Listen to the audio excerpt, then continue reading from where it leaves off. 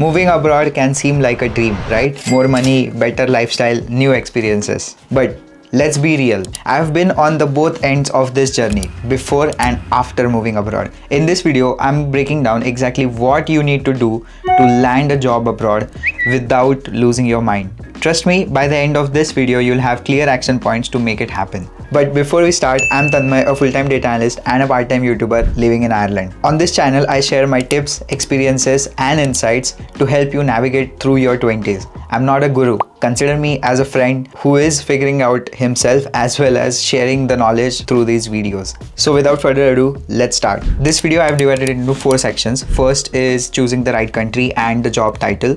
Second is the upskilling strategy. Third is resume and LinkedIn strategies. And fourth is the networking strategies and tools you need for your job search. First, choosing the right country and the job role. This is the most important thing because you don't want to move to a different country, move away from your home and do something which you are not passionate about or which you don't feel happy about doing. That is the most worst scenario which you will do for yourself. So choosing the right country is very essential. I have made a video about choosing the right country and the course. You can watch that there. But here in this video, what I'm going to talk about is what you need to check is what are the visa policies? How is the work-life balance? So for example, let's say the work-life balance in Ireland or in Europe in general is much better, like 9 to 5, and after that no one bothers you. But if you move to US, the work-life balance is not that great because the competition is so much that you need to be on your toes and keep upskilling, keep upgrading. So always you have to be in the market and keep in touch with new things. So that's why the work-life balance is not great in US or even Australia to some extent. Second, you need to analyze the cost of living because the cost of living here in Ireland is way expensive compared to all the other countries, US, Australia or anywhere. Okay, there are a few cities in US where like New York or SF where it is very expensive as well, but the pay in US is much more higher as well, which brings me to another topic which is called the pay scale. So here you might be paid less. Say you have 2 years of experience as a data analyst, you might get to $250,000 salary in US, but here you can go to 80,000 euros. So that is one thing which you can consider as well. So first, make sure that what country you are choosing, how are the visa policies, how are companies sponsoring you, and if you are a fresher or if you are someone who has some experience, so what is the case in that scenario? Are they easily sponsoring you, or is there something that they don't sponsor the freshers, or is it it is difficult for a fresher to get a job? So you need to consider all these factors and then choose the right country.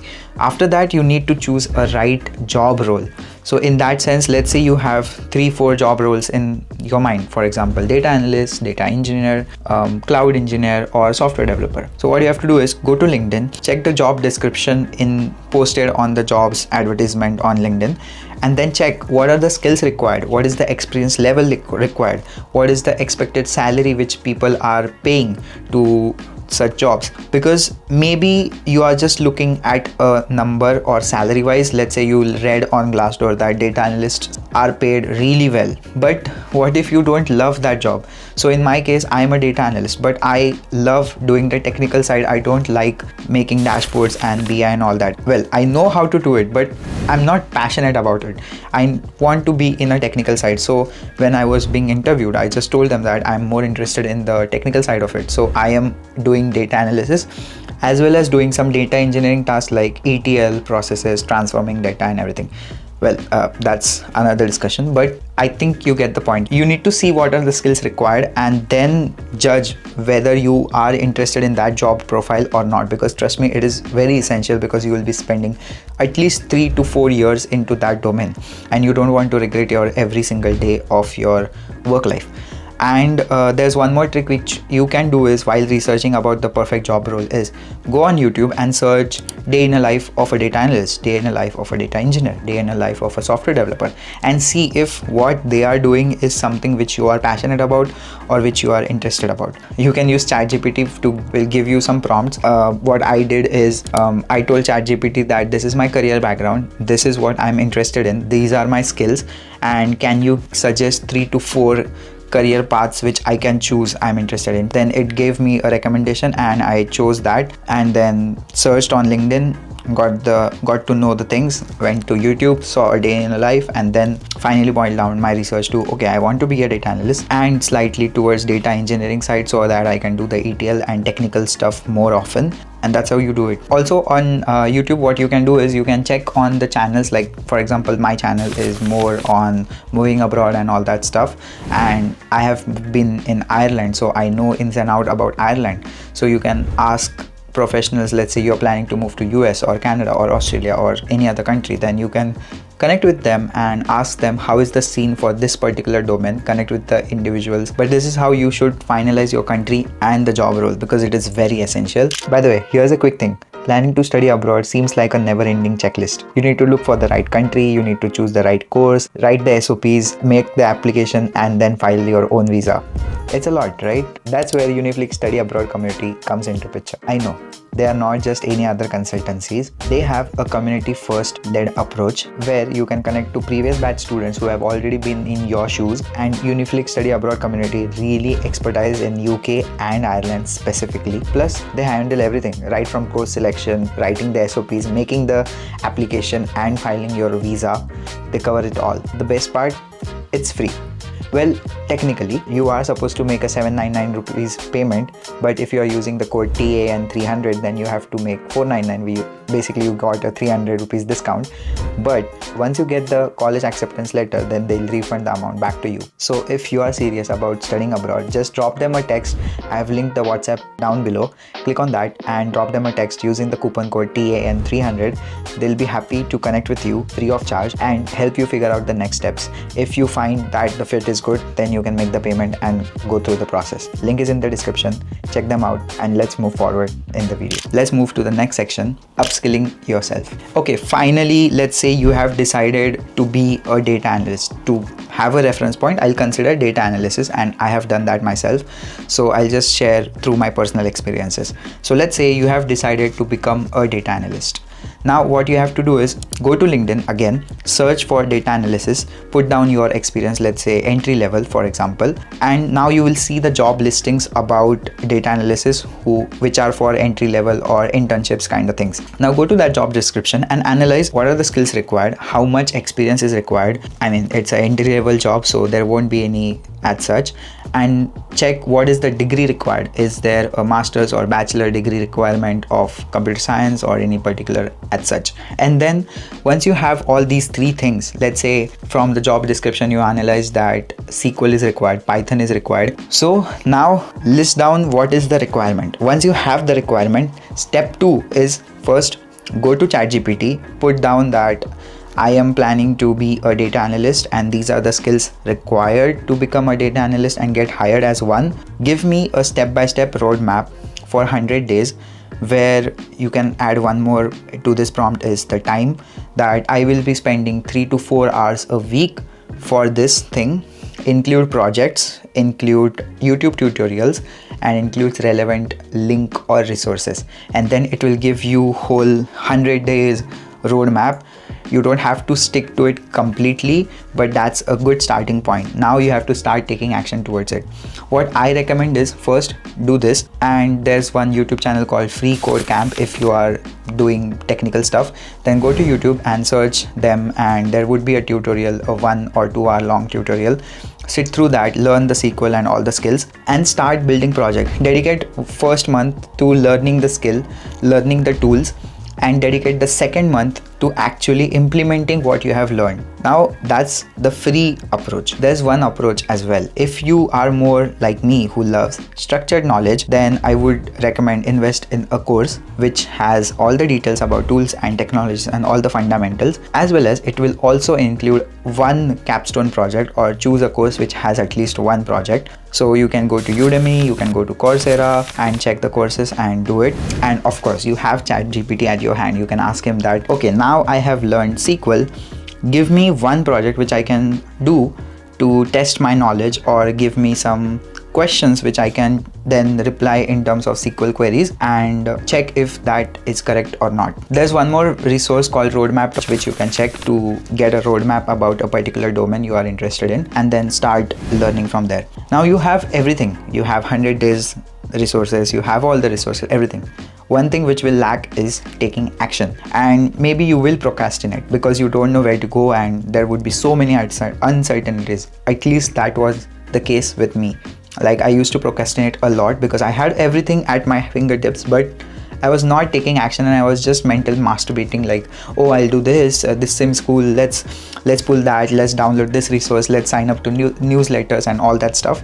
But trust me, once you have 100 days roadmap, now start taking action. Day 1, day 2, day 3, day 4, day 5, and of course ChatGPT can help you in that. Most importantly is time management and tracking your progress. You have to manage your time with part-time, with full-time, so you have to do time management better. I have made a video about it, but the best thing is time blocking, and every 2 weeks just follow up if you are making any progress, if you are upskilling properly or not. And that's it for this section. I know this section has become very elongated, but this was important because before starting to apply, we need to gain that confidence. There is this graph called confidence graph, which is, it's not a graph, it's a confidence equation. So basically, if our ability to do a particular task is more than the requirement to complete the task, then we are very confident and then we will do it. But if the ability required to do the task is less than what we have, is more than what we have, we won't do the task. We feel underconfident, we won't take an attempt to do the task, we will feel the fear of failure, we won't apply to the job because we feel that, oh, I don't have the relevant skills, so maybe I will be rejected. So once you do the upskilling properly, you won't feel that fear of failure. You will be very confident while making your applications and while giving the interviews. And trust me, confidence is the key and it reflects through your face. To give you a starting point, just check the first video and this video. Confidence plays a very huge role. Okay, next is LinkedIn and resume tips. Well, in this video, I'm not going to tell you that you should add a profile picture and blah, blah, blah. You have to cater resume and blah, blah, blah. That I have already made dedicated videos for resume as well as LinkedIn. You can check them out on the channel. But in this section, what I'm going to talk about is the tips, what you should be doing. Okay, for LinkedIn, what you have to do is, first of all, once you optimize your profile, everything, now you need to make connections with the HR, with the senior managements, with the C-level executives and everyone in general. So one thing, first you need to start building your visibility. So what you can do is, let's say while upskilling, you're doing a project or you are learning something new, just make a post around it. Don't overthink it. You don't have to be SEO optimized and marketing and all that, because you're not marketing it. You're just putting yourself out there that this is what I learned and here it is. Here are 5 insights about it, 3 tips about it and all that. Once you do that, you'll gain visibility. You have to do like 1 post a week. That's fine. Now, this is about putting out content. You also have to engage with other people content, which is maybe commenting on their post. And don't use ChatGPT for commenting, or don't just be like, it was very insightful, it was very helpful, blah, blah, blah. You have to be very specific and be elaborative, and whatever you are commenting should be meaningful and humanized, of course. I think it was something around Tesla self-driving cars, and I commented that, can this technology be used in ambulance in future? Because the patient is already suffering and we can't risk of self-driving ambulances in that scenario. So that was just a question. So this was a meaningful question or a query which I had.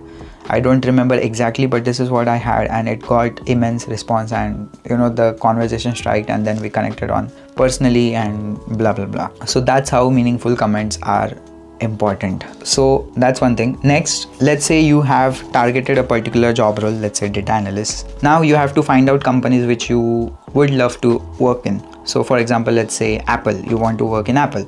Now what you have to go do is go to Apple, search Apple, then go people. You have to search this on LinkedIn. Go people, then search IT and all that. Then find out people who are working as data analysts, connect with them, send them connection requests. And while sending a connection request, you have 5 add a note feature for 5 in a month if you don't have the premium. Then what you can do is just send a note saying, hey, I have 2 years of data analysis experience and I would love to know further opportunities in Apple. They might accept the connection request or they may not. If they do, then you have to go into DM and then say, hey, thanks for connecting. here's my video resume, not the normal resume, my video resume, would love to hear back from you. So that's how you put yourself out there, that's how you make the connection, that's how you nurture the lead. Now let's say they didn't reply back, then what you have to do is follow up. Once a week you have to follow up saying, hey, I know you are busy, but did you get a chance about this proposal? If not, it's fine, can you just have a look and let me know what you think about it? That's one thing. Do it for 3 times. After that, drop it.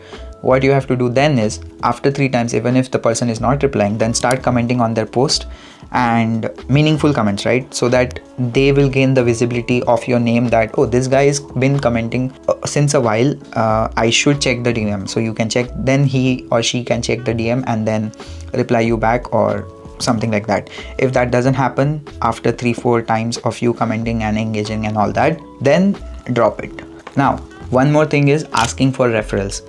What you have to do is, let's say Apple is your dream company, then you put Apple, then go to first, select first, which will bring you to the first degree connections. And once you have the first degree connection, then just drop them a text that, hey, we have been studying in this university together and blah blah blah. If they say no, it's fine. If they say yes, that's one in Apple. That's cool, right? So that's how you do it. Next, let's move to the resume part. Whenever you are applying through LinkedIn, don't just go LinkedIn easy apply. Just go on the website, click on the career page, and then apply with your resume specifically catered to that particular role. When I meant specifically catered, what you can do is just change the summary section with whatever was there in the description. You can use ChatGPT for that. Copy the description, put it there, and say, I'm applying for this role.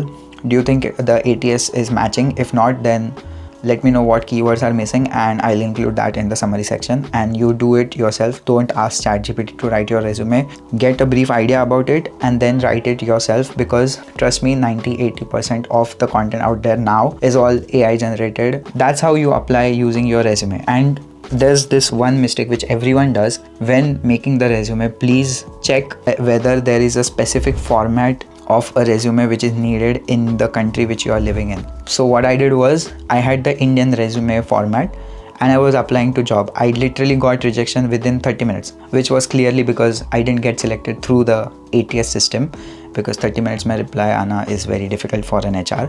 So my resume was not getting shortlisted in the ATS system. Then I asked my professor, like, ये क्यों नहीं हो रहा है? Then she told me that this is not the format which we use here in Ireland. There is a specific format to it, and that format is very essential. So when I started applying and changed the format around and then started applying, at least my resume got shortlisted, and then I started getting interviews and tests and everything. So do check if there is a specific format for your country, be it US, Canada, Australia, Ireland, EU or UK, and then apply. Don't use just Indian format or like that. Now here's the thing, this whole process, updating your LinkedIn profile, catering your resume, is not easy.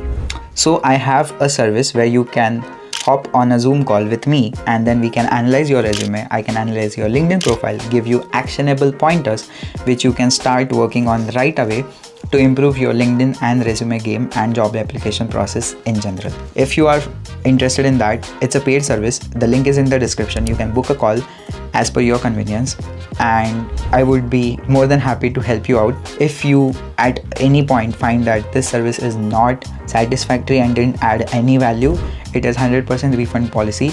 So I am happy to refund all the amount. Moving on to the next part in this video. Okay, this is hands down the most important part, which is networking and the tools which I use to get my job. To be honest, networking is such an underrated topic. You know what? Networking and getting a referral is the most important topic and the most underrated topic as well at the same time. It is 80% high chances you getting to the interview and eventually getting the job if you are referred by a previous employee. So why do you want to miss it? First is career fairs. You have to go to every career fair in your town, in your city, and if it is far away from the city, if you can make it, just go and network with bunch of people over there, because every career fair has a company representative. Go to them, talk to them, try to get their email address, or at least try to get their LinkedIn and send them a text right away on that same day or on the next day. And let's say if you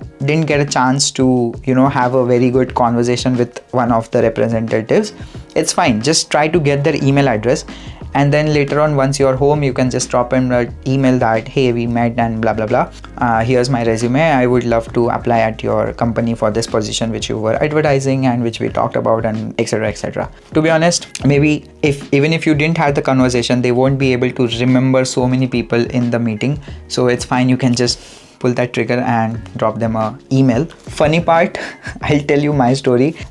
There was a career fair here in Galway and I was not planning to go there. It was Mahashivratri, I was fasting, and there was a free fasting wala food given by a Indian vendor in the shop street. So I was like, oh, why not just step in the career fair and just see how it goes. So I went there, I met the HR of the current company I'm working in. I met her and I dropped her an email and we connected. You know what? We connected on a very vague topic. It was not technical knowledge. It was nothing at all. It was that person, she had been to India, visited Himalayas, and I was talking about how was it, how did you find the country, and overall in general, would you mind coming back again? Do you have any plans, and what is the best time to visit India and all that. So literally, you can talk about literally cats or dogs or pets in general to break the ice, make that connection. And next day itself, I dropped her an email that, hey, here's my resume and I would like to learn more about this internship which you were promoting at the fair, and let me know if you can schedule an interview. And to my surprise, there was no reply, obviously. So what I did was, I didn't give up. I followed up back, because let's be honest, life happens. Even you might be busy with some or the other thing. You may ignore the email, or you might get so many emails that you forgot to check the email, or you opened up the email and you got busy with something else and you forgot to reply. So any of these scenario might have happened. So I followed up back saying, hey, I know you might be busy with your stuff and everything, but did you get a chance to have a look at the email? And then she replied, oh, sorry, I just read the email, but I couldn't get back to you. I forgot to reply. And then she replied, and then I asked, yeah, that's completely fine. It's no issues at all. But did you had a chance to go through my resume, and can we schedule the interview anytime soon? She said, yeah, I had a look at the resume and everything, and we'll schedule an interview in a shorter time. And then again for 2 weeks, there was no response. I followed up again. Literally, it took me 4 months of follow-up to get this internship. So that's the story. You have to follow up, and you have to go to networking event and the career fairs and meet the HR and talk to them. Just please do it, hands down, do it. There's one more example.